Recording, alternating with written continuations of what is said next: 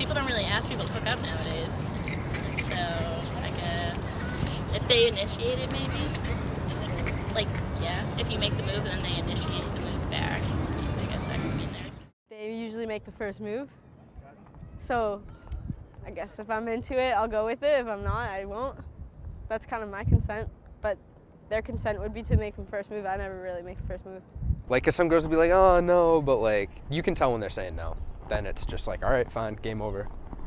Cause like, I don't know, it's not like it's a game, but like, you know what I'm saying? I don't know. It's just, you know when they're saying no. I mean, okay, you want me to listen, right?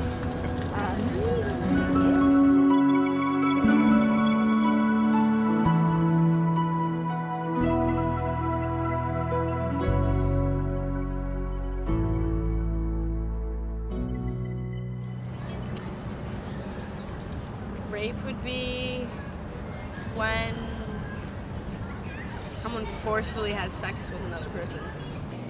Any sex that is not consensual. It doesn't matter if it's a guy or girl, I guess.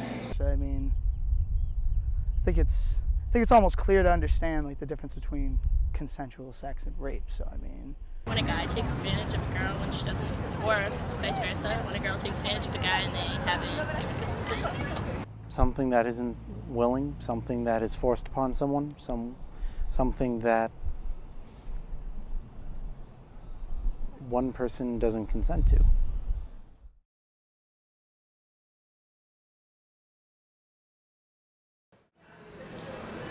I don't know, that's a tricky subject. I feel like it's less about giving consent than it is about saying no. I mean, I think it's pretty obvious just on body language. I mean, they're not just going to flat out say, like, oh, I'm consenting to this. It's, you know, if they're kind of pushing you back or it's clear they don't want anything to do with you, they'll make themselves clear if they don't want any part of it. But I'm guessing if someone said, do you want to hook up, that would be consent. I mean, I'm assuming it would be pretty obvious if you're, you know, she's like, oh, let's go back to my place, let's go back to your place, something like that, or she brings you up to her bedroom, and, you know, she pretty much says it, I guess. They just do it. I don't know. Like, usually, like, it's just kind of, like, natural, it just happens. If someone doesn't want to do something, they, like, hesitate and stuff, I don't know. There's a lot of different factors, but I mean, I don't know, just the moment has to be right, honestly. I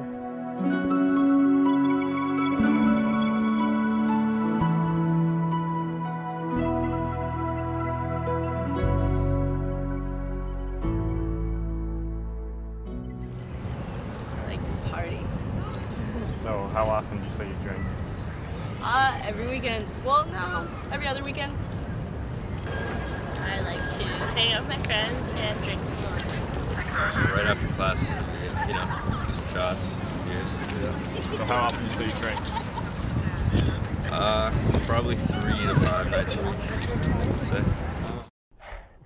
I don't know, I like to chill with friends. I drink a little and smoke a little.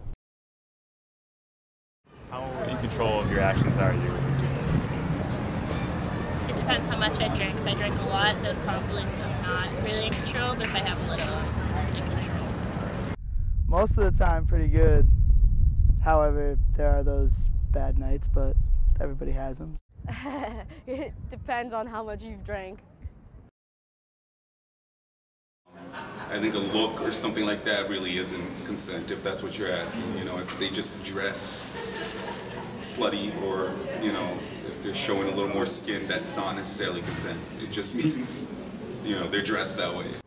Nah, I really don't think that just because somebody dresses in a sexually appealing manner means that they're like, asking for it. I think it takes self-confidence to dress like that, you know, and hold yourself well.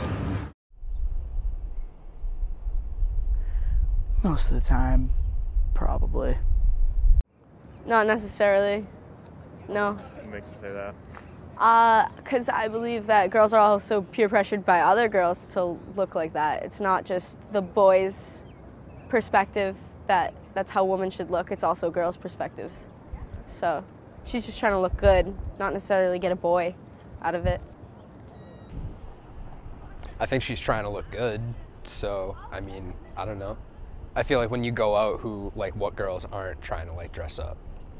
You know what I'm saying? So, I don't know. I feel like they're out there to party, and if they are looking for anything, like, you'll know. I feel like a bad person if I say yes, but yeah. What kind of situation would you trying to be in? Not the way they dress, like casually, like walking on the street, but if they're at a party and they're like out of control, drunk, like not taking care of themselves, and they're just like throwing themselves on guys, and I think they're asking for it. I've never personally witnessed that, so I can't really say. I mean, there might be, there could be. Anything's possible, but I've never personally seen it. So. I don't think anybody would be asking for it. Not at all. Unless she's like, I want to, or like I said, start stripping off her clothes in front of you, like gives you a nod or something. Then no. Certain situations, definitely. What kind of situation would you describe a situation where that be the case? Where the girl has no self-respect and lets the other people believe that she is there for that reason. I don't think so. Like the only thing that I could maybe think of is like a really drunk girl like booty calling people and then getting raped, because that's kind of asking for it. Do you think that men have kind of an unspoken responsibility to look after women? Absolutely. Or not to look after them, but to control themselves. I would say so, yeah. I say so, yeah, for sure. What makes you say that? I mean, not to be like sexist, but they're definitely more vulnerable, weaker towards other men, obviously. So, I don't know, I feel like it's just a chivalrous thing to do. Be a gentleman, I guess. Yeah. Even when a woman is, like in the situation when a woman has been drinking too much, you have to look at it from not just the human instinct, like, oh, she still looks so hot. Like, no, you can't go that way. So obviously that route, but yeah, you gotta treat everybody with respect. Rapists are not good people. I don't think they see women equally as men. They just see them as objects of desire. Don't really concern myself with them, or preferably want to be around somebody like that. I mean, it's all about developing a relationship with somebody and not just forcing it upon somebody, I guess you can put it that way. Rapists, I think that they're just confused, honestly. I don't think anyone's intentions are completely evil. I think everyone's pretty innocent, but like they're just messed up in the head somehow. My thoughts on rapists are they might have gotten the wrong impression. I think something serious needs to be done, and the person needs to be taught a lesson. But I don't necessarily think everyone is just evil and a terrible person because of one situation, one occasion where that happened. Maybe it was just a misunderstanding, mistake. I guess I don't know. I try not to judge.